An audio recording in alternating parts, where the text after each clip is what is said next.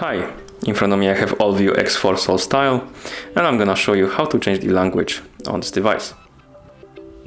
Let's start by opening the settings. To do it, swipe left on the screen, then tap on the settings icon.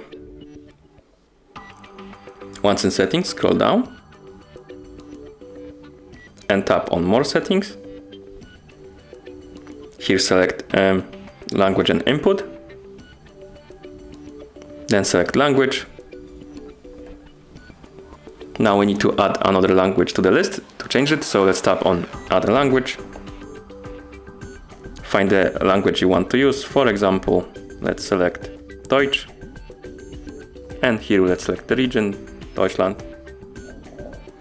As you can see, we have two languages on the list, and to make Deutsch a default language, we need to press and hold on this icon right here next to it and drag it to the top of the list like this.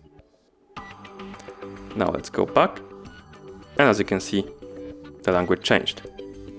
Let's go back here and change it back to English. We can also remove the language from this list. To do it, tap on remove at the bottom, select the language, and tap remove again, and tap OK to confirm.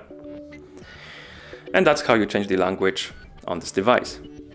Thank you for watching.